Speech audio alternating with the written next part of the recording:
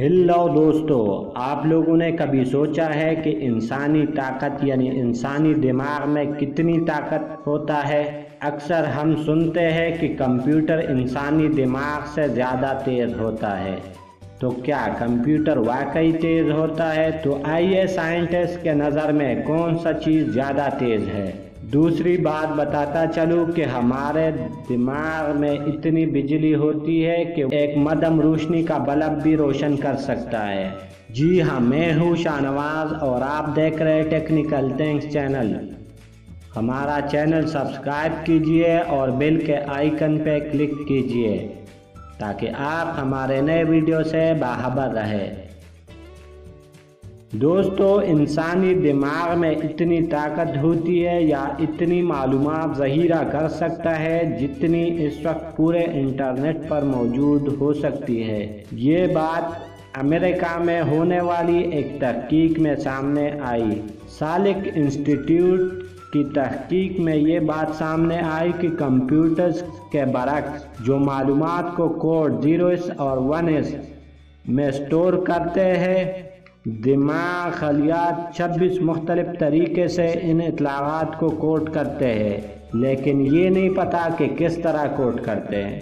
محققین کا تخمینہ ہے کہ دماغ پیٹا بائٹس یعنی ایک پدم بائٹ معلومات کو ذخیرہ کر سکتا ہے۔ یاد رکھ کے ایک پدم 1000 ٹریلین کے برابر ہوتا ہے۔ اب آپ خود اندازہ لگائے کہ ہمارے دماغ میں کتنا طاقت ہوتا ہے۔ یہ صرف ڈیٹا سیو کرنے کی بات ہے۔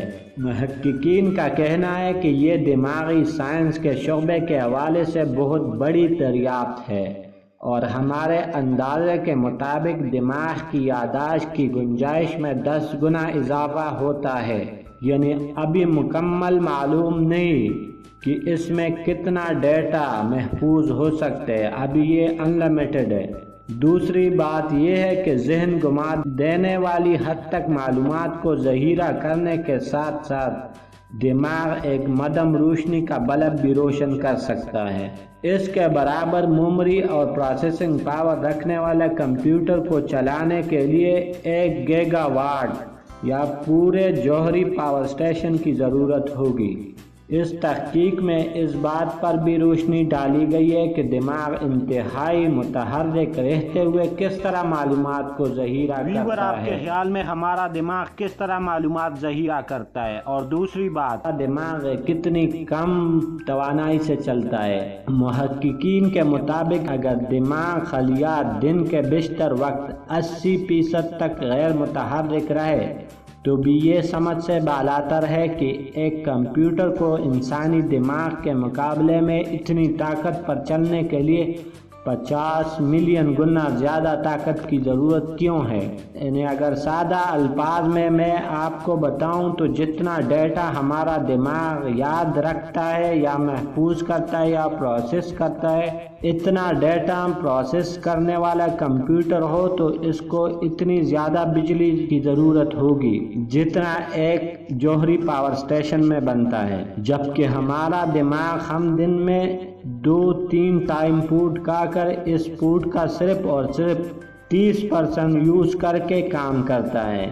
کمال کی بات ہے نا؟ یہ ہم پر اللہ تعالیٰ کا بہت بڑا احسان ہے۔